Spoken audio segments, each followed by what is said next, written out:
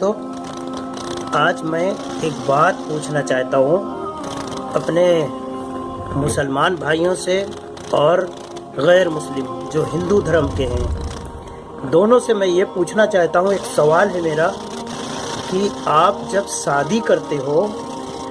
تو شادی کے لیے پہلے تو تم آسانی سے ہر بات کو لڑکی والوں کے مان لیتے ہو، جو لڑکی والے کہیں یا جو تم نے بات کو رکھا وہ لڑکی والوں نے مان لیا۔ اب اس کے بعد جب وہ ساری باتیں طے ہو جاتی ہیں اور اس کے بعد تم لوگ ڈیمانڈ رکھتے ہو، تو کیا تم کو تمہاری خود کی کمائی پہ بھروسہ نہیں ہوتا ہے کیا؟ ابھی فی الحال میں نے 2 ویڈیو ایسے دیکھے، بڑی تکلیف زدہ تھے وہ ویڈیو۔ کرنال کا تھا وہ مسلمان بھائیوں کا، اور ایک دلی کا تھا، جو ایک لڑکی اس کے ساتھ ان لوگوں نے کیا کیا کہ اس کو شادی کیا لڑکی کے ساتھ، اور شادی کرنے کے بعد اور اس سے تمام طرح کی اس کے ماں باپ سے ڈیمانڈ کرنے لگے، اور اس کو امریکہ لے کے گیا، وہاں بھی ٹارچر کرتا رہا، جبکہ اس کی سیلری کم سے کم 35 لاکھ تھی۔ ارے اتنی دولت تم بٹور کے کیا کرو گے؟ اگر تمہارا ایک ہمسفر ساتھی جسے کہتے ہیں بیوی کے نام سے اوپر والا دے رہا ہے تو اوپر والے کا شکر ادا کرو کہ اتنا بہترین ساتھی جو تمہیں مل گیا ہے ساتھ نبھانے کے لیے۔ ورنہ میں آپ سب سے پوچھتا ہوں کہ آپ کی بیٹی نہیں ہے، آپ کی بہن نہیں ہے؟ ارے جو تمہاری ماں ہے وہ بھی تو کسی کی بیٹی ہوگی، کسی کی بہن ہوگی جو تمہارے گھر میں آئی۔ اگر وہ ماں باپ اس طرح سے ڈیمانڈ کرتے ہیں لڑکی والوں سے تو یہ بڑے بیوقوف لوگ ہیں، وہ بدکار لوگ ہیں، مطلب سماج میں جسے بولتے ہیں کہ سماج میں ان کو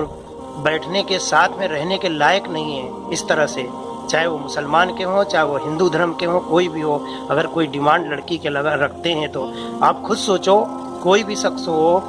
کہ ایک لڑکی جب پیدا ہوتی ہے تو آج اس طرح کے لوگوں کی وجہ سے لوگ کیا کرتے ہیں، پیدا ہونے سے پہلے ہی آپریشن کروا لیتے ہیں، اور یا تو پیٹ میں مار دیں گے یا تو زندہ پیدا ہونے کے بعد اس کو ختم کر دیتے ہیں۔ یہی وجہ سے، ایسے لالچی لوگوں کی وجہ سے، جو کہ سماج میں ایسے لوگ ہیں کہ پہلے بڑی بڑی بات کرتے ہیں، اس کو رشتہ طے کر لیتے ہیں اور پھر اس کے بعد اس کے ساتھ ڈیمانڈ رکھ دیتے ہیں طرح طرح کی۔ تو ابھی ایک میں بتا رہا ہوں جو کرنال کا میں نے دیکھا ہے ریسنٹلی، ابھی کا ہی ویڈیو ہے، وہ ہنا نام کی، وہ بیچاری دلہن بنی بیٹھی ہوئی ہے، اور وہ نالائق لوگ جو ہیں پیسے کی لالچ میں، جہیز کی لالچ میں وہ لوگ کو ڈیمانڈ رکھا، اور وہ دلہن بنی بیٹھی ہے اور بارات نہیں لے کے آئے۔ شرم آنی چاہیے ایسے لوگوں کو، ہیں اتنی لالچ تمہارے اندر،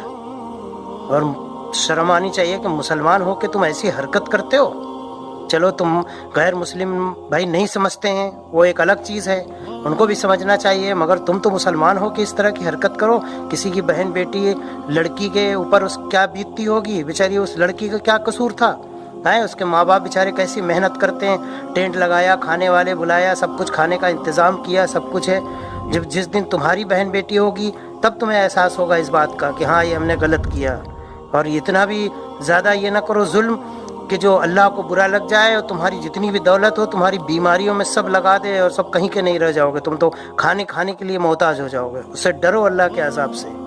ایسا کبھی کسی کے ساتھ کرنا نہیں چاہیے، یہ بہت بڑا گناہ ہے۔ اور کیسے لالچی لوگ ہیں مسلمان لوگ، ان کو شرم آنی چاہیے۔ اللہ کے نبی کی بات کرتے ہیں، مسلمان ہیں نام کے، کس بات کے مسلمان ہو؟ اور ایک قیامت کے دن یہ ساری چیزوں کا جس دن اللہ حساب لے گا، اس دن تمہارے پاس کی ہوئی نیکیاں بھی نہ بچیں گی تمہاری۔ ہر کسی کی بیٹی کو تم ذلیل کرنا، ایک یہ سب سے پہلی بات تو یہ ہے کہ ماں باپ سے پوچھو، 8-9 مہینے ماں کا